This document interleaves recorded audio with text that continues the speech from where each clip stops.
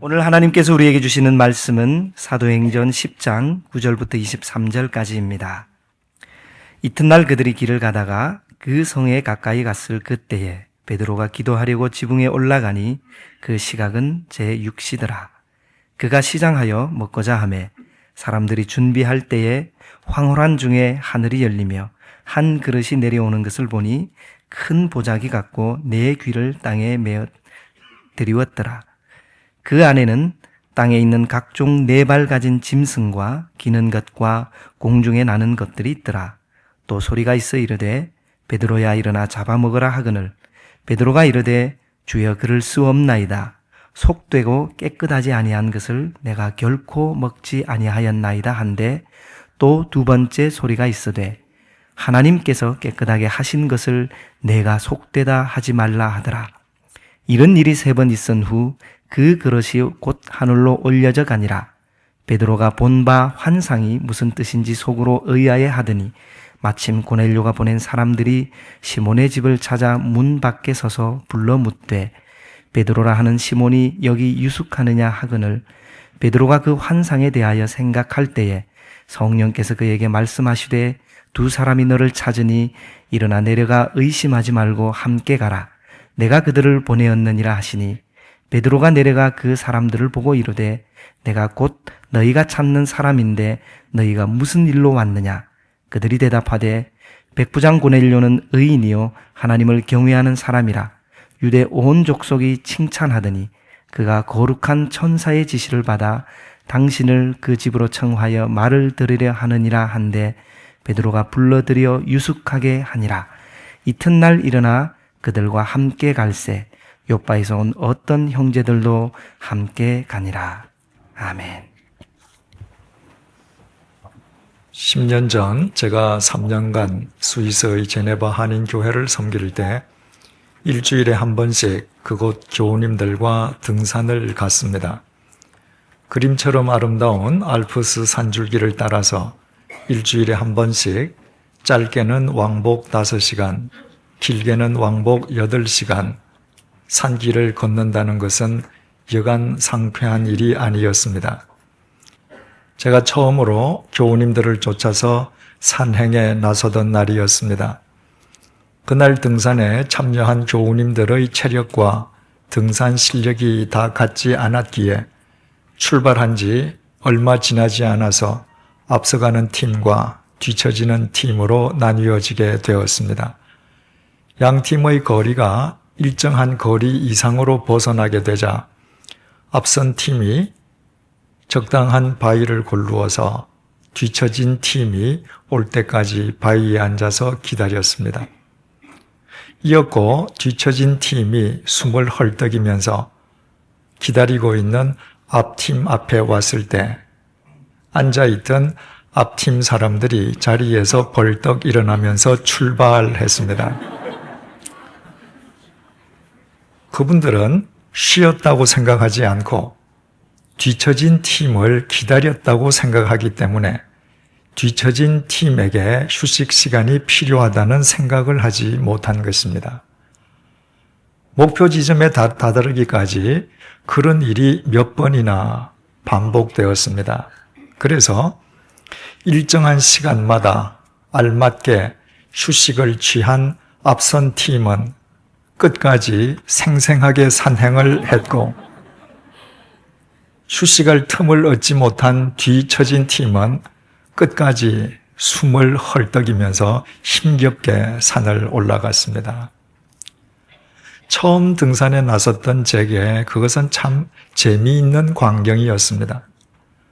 그리고 그것은 인간이 자기도 모르게 얼마나 자기중심적인지를 보여주는 한 단면이기도 했습니다.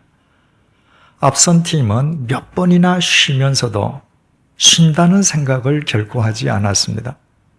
뒤처진 팀을 배려하느라 기다려 준다고만 생각했습니다.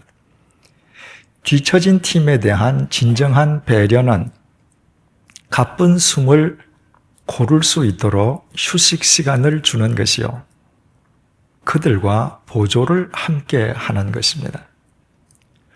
만약 누군가가 매사에 이렇듯 실제로는 그 누구도 배려하지 않으면서 자신은 마치 많은 사람을 배려하는 것으로 착각하고 살아간다면 그런 사람과 함께 살아가는 사람들은 뒤처진 산행팀처럼 그 삶이 얼마나 고달프고 힘겹겠습니까?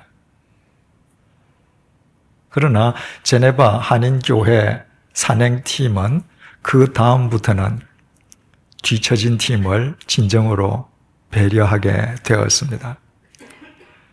가이사랴에 있는 고넬료가 요빠의 베드로를 청하기 위해서 세 사람을 보내었습니다. 그 세 사람은 밤을 새워가며 요빠를 향해 걸어갔습니다. 그리고 이튿날 12시경이 되어서 베드로가 유숙하고 있던 집 문 앞에 도착했습니다.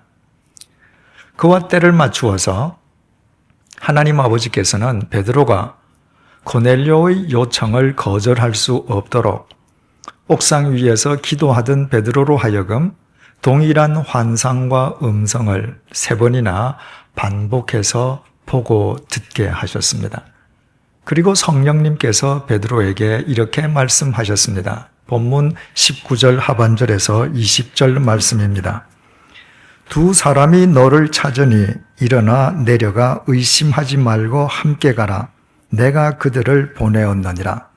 성령님께서는 베드로에게 성령님께서 보내신 사람이 지금 와 있으므로 의심하지 말고 그들과 함께 가라고 명령하셨습니다.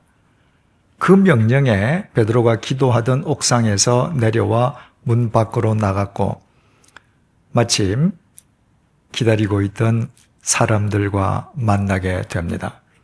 그리고 그들은 지난 시간에 생각해 보았던 것처럼 가이사랴에 있는 고넬료가 하나님의 레마를 듣기 위해서 베드로를 청한다는 사실을 밝혔습니다.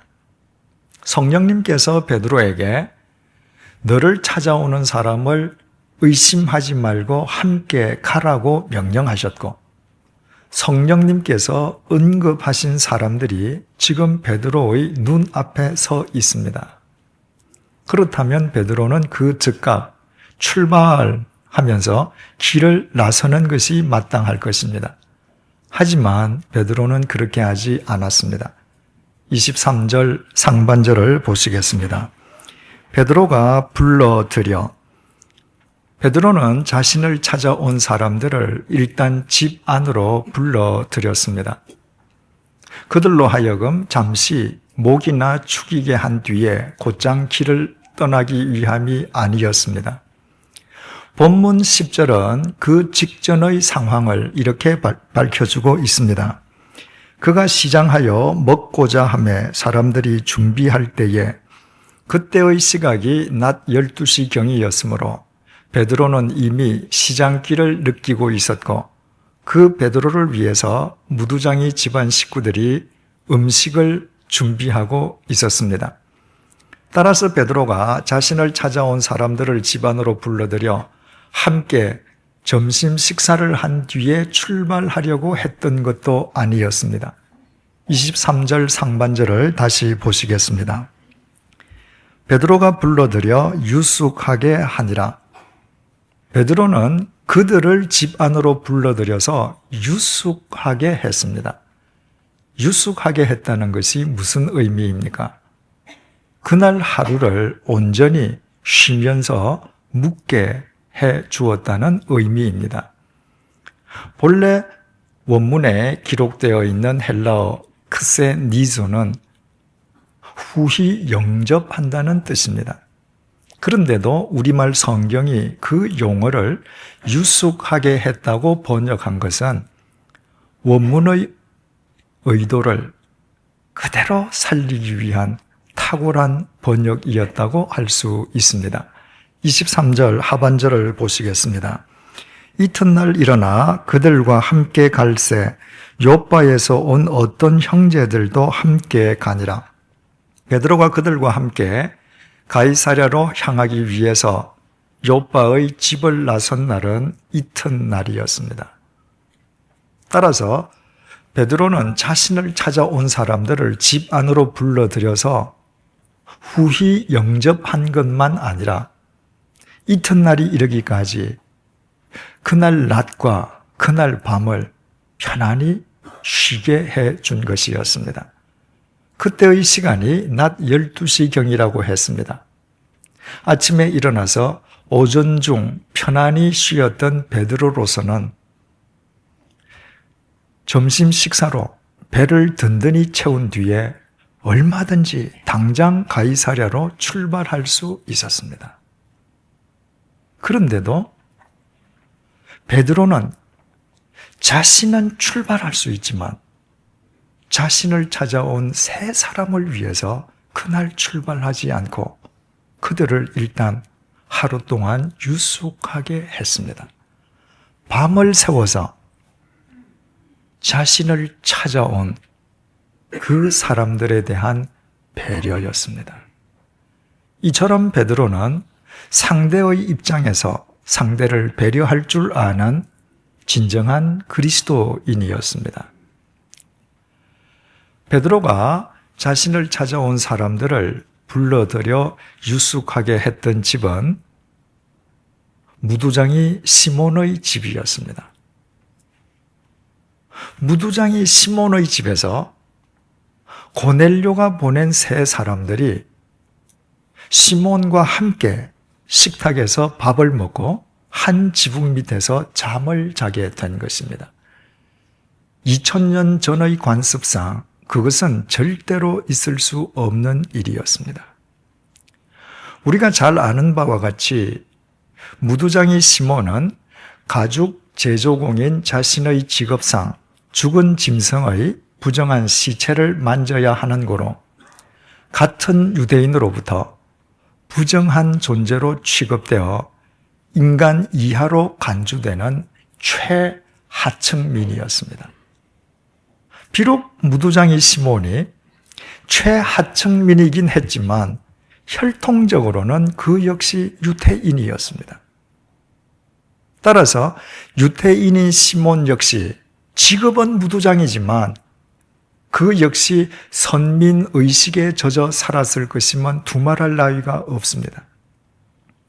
바로 그 유태인 시몬의 집에 들어가서 유숙하게 된 세 사람은 어떤 사람들이었습니까? 그 세 사람 가운데에 한 사람은 고넬료 휘하의 군인이었습니다. 고넬료는 로마 시민으로만 구성되어 있는 정예부대 이탈리아 부대의 장교였습니다. 따라서 그 고넬료 휘하의 군인이라면 이 병사 역시 로마 시민이었음을 알게 됩니다. 유태인인 시몬이 볼 때에 그 군인은 짐승과 같은 이방인이었던 것입니다. 또 나머지 두 사람은 고넬료 집안의 하인들이었습니다.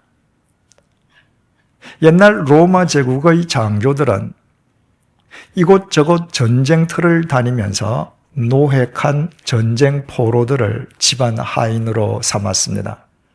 그리고 임지가 바뀔 때마다 그 하인들을 데리고 다녔습니다. 따라서 이방인이었던 고넬료 집안의 하인 2명 역시도 이방인이었음을 우리는 짐작하게 됩니다. 따라서 할례받은 유태인인 시몬이 할례받지 아니한 이방인 세 사람을 자기 집에 채워준다고 하는 것은 현실적으로는 절대로 있을 수 없는 일이었습니다. 할례받은 유태인에게 당시 그것은 절대 금기사항이었기 때문입니다. 이것은 세 사람의 입장으로 바꾸어 놓고 생각해도 결과는 동일합니다. 세 사람 가운데에 두 사람은 고넬료 집안 하인이라고 했습니다. 그런데 본문 10장 7절을 원문으로 보면 그 하인을 가리켜서 종이나 노예를 뜻하는 둘로스가 아니라 오이케테스라고 표기되어 있습니다.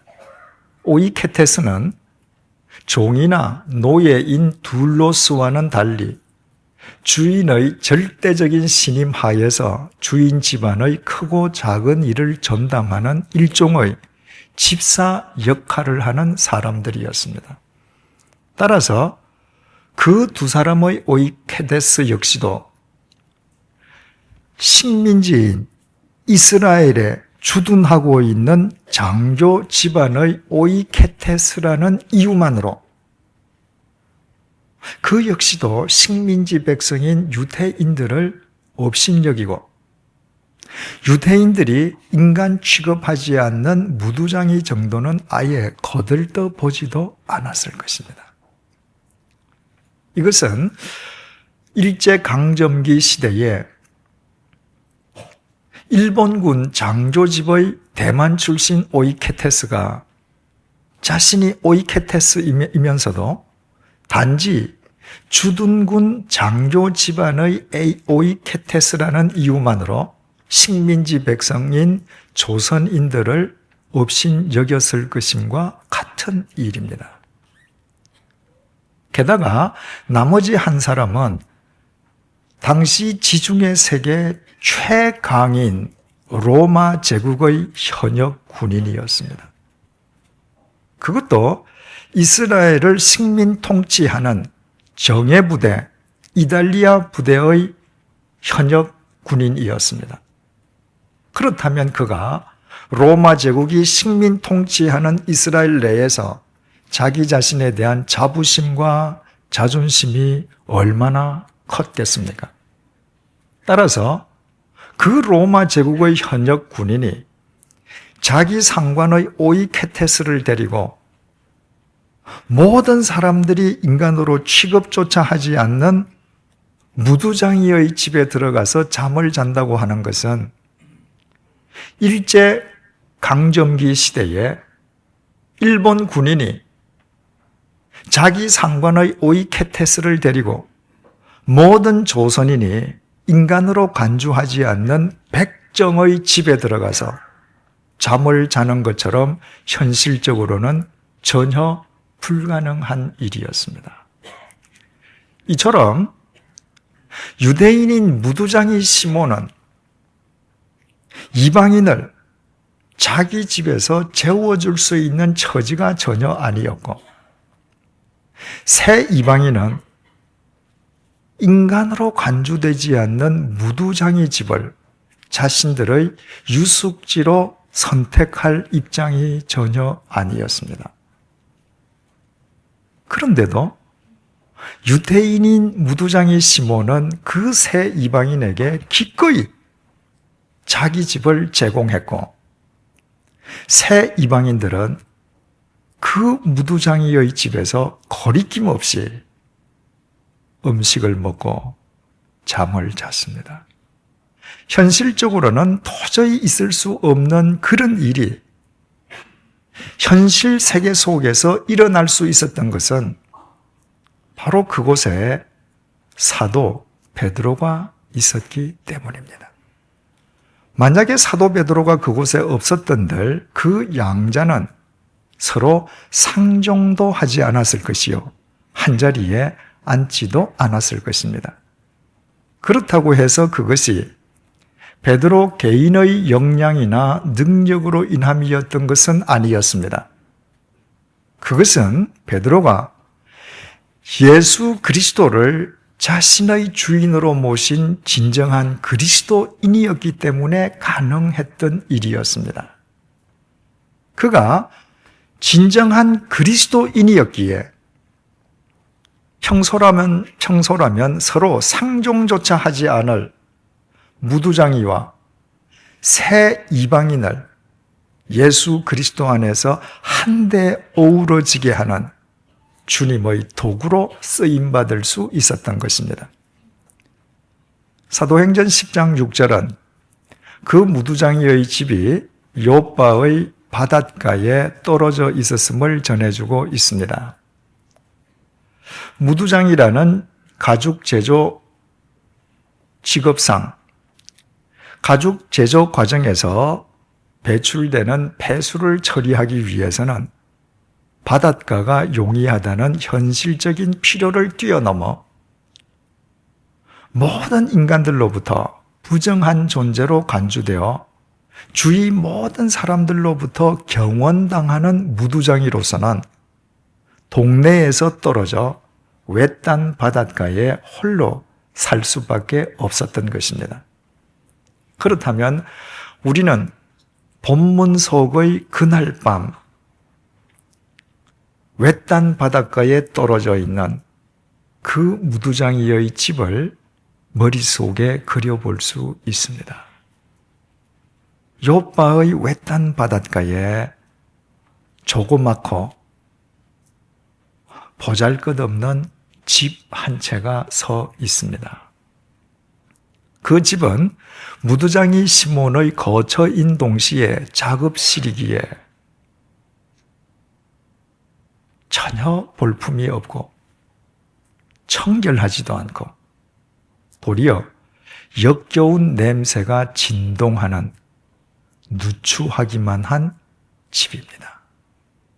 평소에 아무도 찾는 사람이 없어서 그 집은 언제나 쓸쓸하게만 보였습니다. 그러나 그날 밤 그 집은 쓸쓸한 집이 아니었습니다.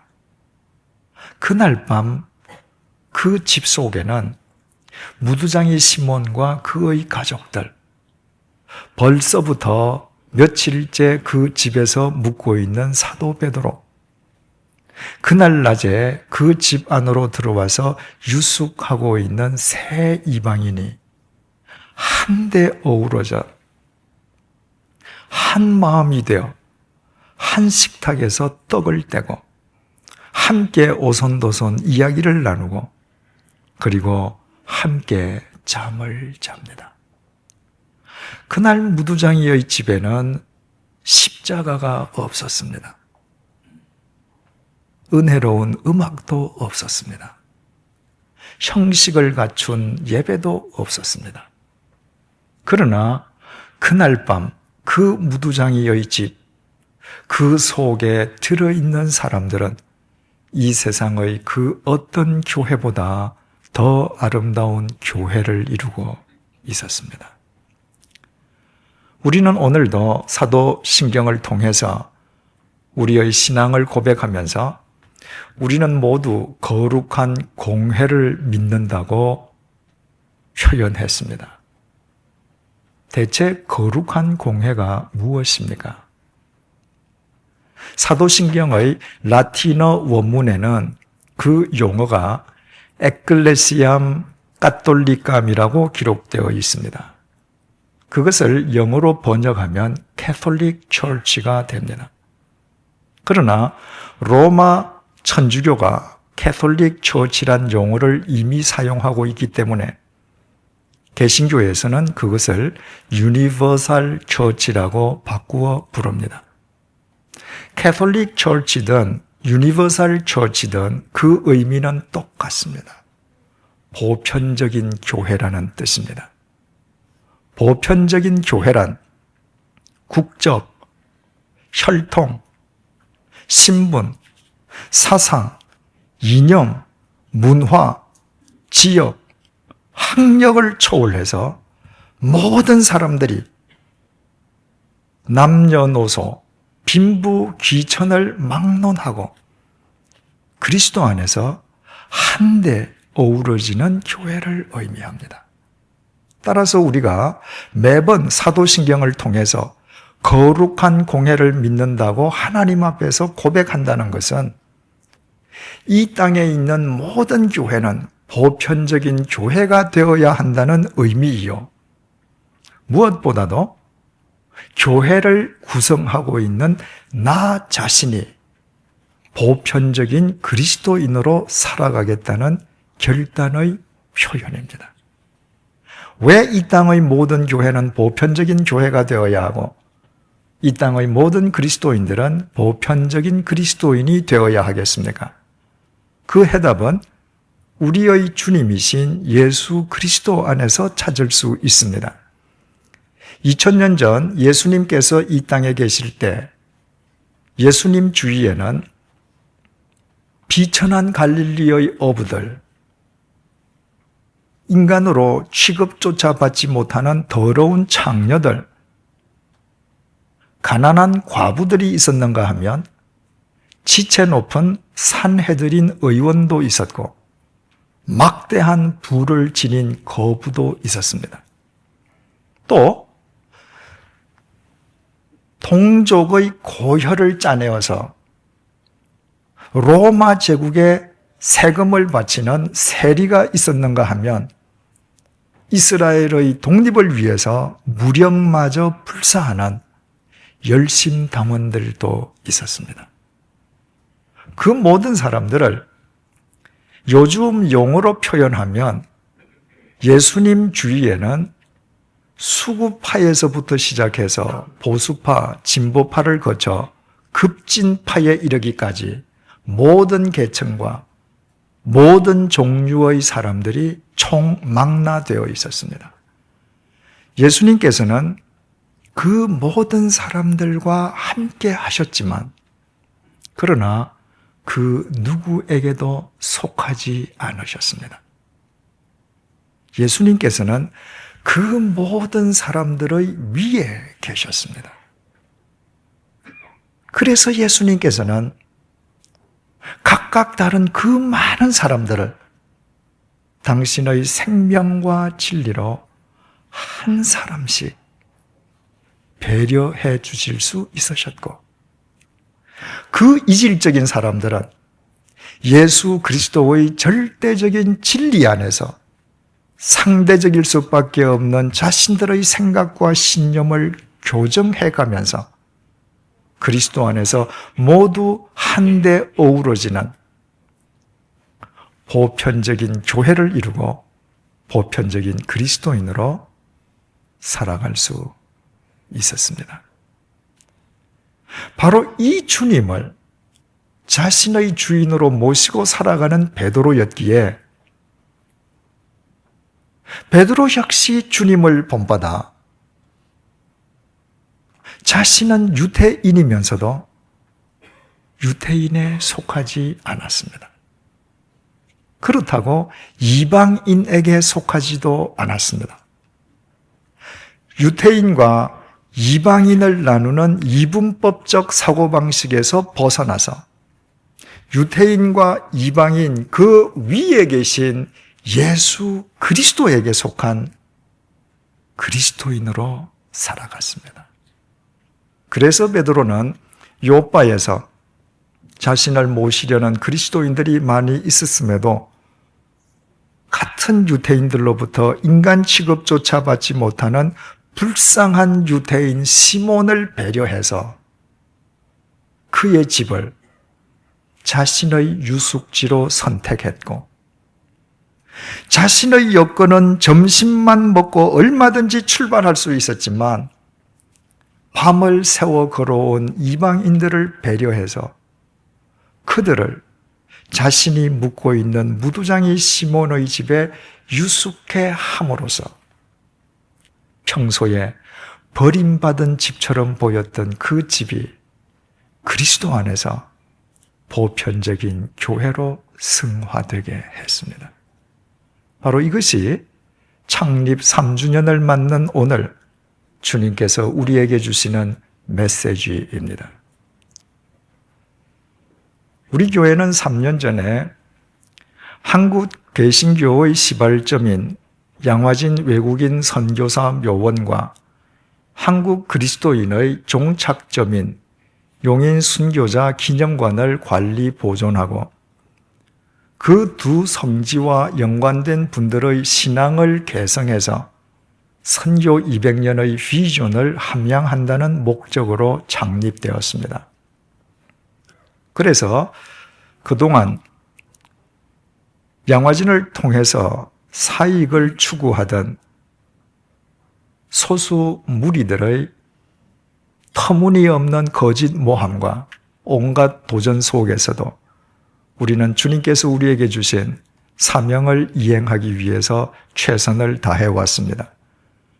그 결과 불과 3년 만에 이곳 양화진은 외형적 지도가 바뀌어지게 되었습니다. 그러나 양화진 묘원이 새롭게 수축되고 교육관과 홍보관이 건립되는 등의 외형적 결과만에 우리가 만족해서는 안 될 것입니다. 그런 것은 돈과 뜻만 있으면 누구든지 할 수 있는 일이기 때문입니다. 우리가 진정으로 주님께서 우리에게 맡겨주신 사명을 완수할 수 있기 위해서는 무엇보다도 우리 자신들이 먼저 보편적 교회, 보편적 그리스도인이 되지 않으면 안 됩니다. 바로 그것이 참된 믿음의 시발점이요, 과정인 동시에 종착점이기 때문입니다. 좌파 정권 10년 만에 우파 정권이 들어선 이래 근래 우리나라는 날이 갈수록 좌파와 우파, 다시 말해서 진보주의자들과 보수주의자들 간의 대립이 격렬해지고 있습니다. 시계의 추가 좌우를 왔다 갔다 하면서 시간이 나아가는 것처럼 진보주의자들과 보수주의자들이 공생하고 상생할 때에만 이 나라의 역사가 진전될 수 있음에도 불구하고 이 땅의 좌파와 우파들은 철천지 원수처럼 매사에 대립하고 충돌하고 싸우고 있습니다. 미국산 쇠고기 수입과 관련해서 촉발된 촛불 집회로 인해서 온 사회가 대립하게 된 것 역시 따지고 보면 쇠고기를 빌미로 한 좌파와 우파의 대립일 뿐임을 알게 됩니다. 안타까운 것은 종교인까지도 그에 가세해서 대립을 더 심화시키고 있다는 것입니다. 그리스도인들 가운데에 진보주의자들은 예수 그리스도를 진보파의 선봉장으로 간주합니다. 보수주의자들에게 예수 그리스도는 보수주의자로 투영됩니다. 강도의 소굴로 전락한 예루살렘 성전을 정화하기 위해서 그곳을 가득 채우고 있던 장사꾼들을 몰아내실 때의 예수님은 진보주의자를 넘어 과격 혁신주의자처럼 보입니다. 반면에 법을 지키기 위해서 이스라엘을 식민 통치하는 로마 제국에 세금을 납부하라고 말씀하실 때의 예수님은 체제 순응적인 수구 꼴통 보수주의자처럼 보입니다. 그러나 예수님은 진보주의자도 보수주의자도 아니셨습니다. 예수님께서는 진보주의자와 보수주의자 위에 계셨습니다.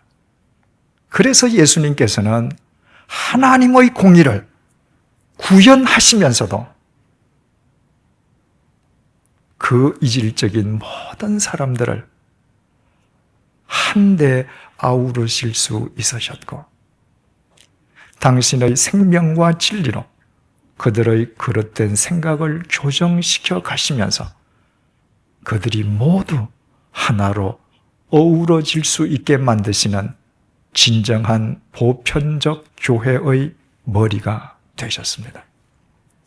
사랑하는 교우 여러분, 혹 진보적 관점으로 세상을 바라보고 행동하고 계십니까? 그럴지라도 진보주의자가 되지는 마십시오. 혹 보수적 기조 위에서 판단하고 행동하십니까? 그렇더라도 보수주의자가 되지는 마십시오. 진보주의자나 보수주의자가 되어서는 절대로 그리스도인이 될 수 없습니다.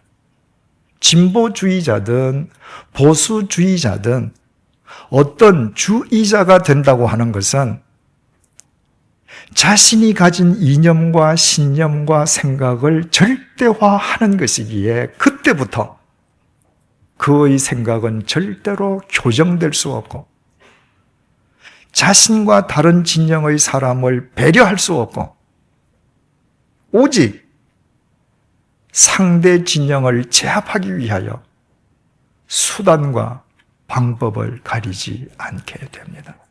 그래서 주의자들이 많은 사회일수록 대립과 갈등이 격화되고 심화될 뿐 사회 통합은 이루어지지 않는 것입니다.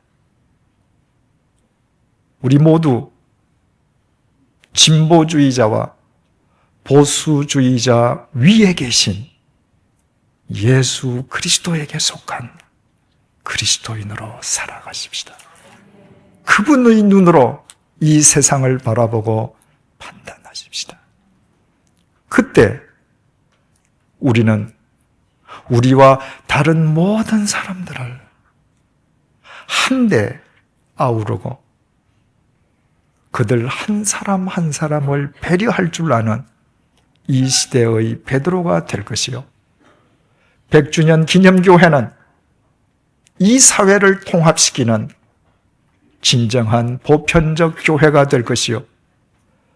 이 암울한 시대 상황 속에서 우리를 100주년 기념교회 교인으로 살게 하신 주님의 뜻이 우리의 삶과 이 민족의 역사 속에 구현될 것입니다. 기도하시겠습니다. 서로 알지 못했던 우리를 원근 각처에서 양화진으로 불러내시어 100주년 기념교회를 이루게 하시고 지난 3년 동안 우리를 눈동자처럼 지켜주시며 부족한 우리를 통해 영광을 받아주신 주님, 창립 3주년을 맞이하여 주님께서 베풀어 주신 은혜에 감사드리면서 또다시 새로운 1년을 향해 우리의 발을 내딛습니다. 지금 우리나라는 좌파와 우파, 진보주의자와 보수주의자의 대립이 그 어느 때보다도 격렬합니다. 정부든 정치 집단이든 언론기관이든 사회단체든 민간 집단이든 서로 상대에 대한 배려는 아랑곳 없이 오직 상대를 제압하기 위하여 수단과 방법을 가리지 않고 있습니다. 이 암울한 시대 속에 주님께서 우리에게 한국 개신교의 시발점인 양화진 외국인 선교사 묘원과 종착점인 용인 순교자 기념관을 맡겨주셨사오니 무엇보다도 우리가 먼저 이 시대를 위한 보편적 교회, 보편적 그리스도인이 되게 하여 주옵소서.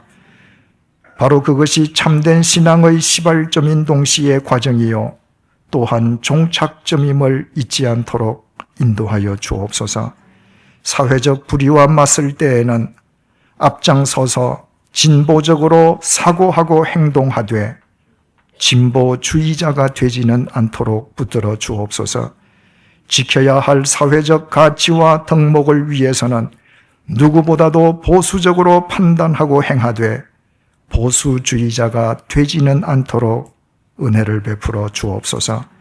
오직 이 땅의 보수주의자와 진보주의자 위에 계신 예수 그리스도에게 속한 진정한 그리스도인으로 살아가게 하여 주옵소서.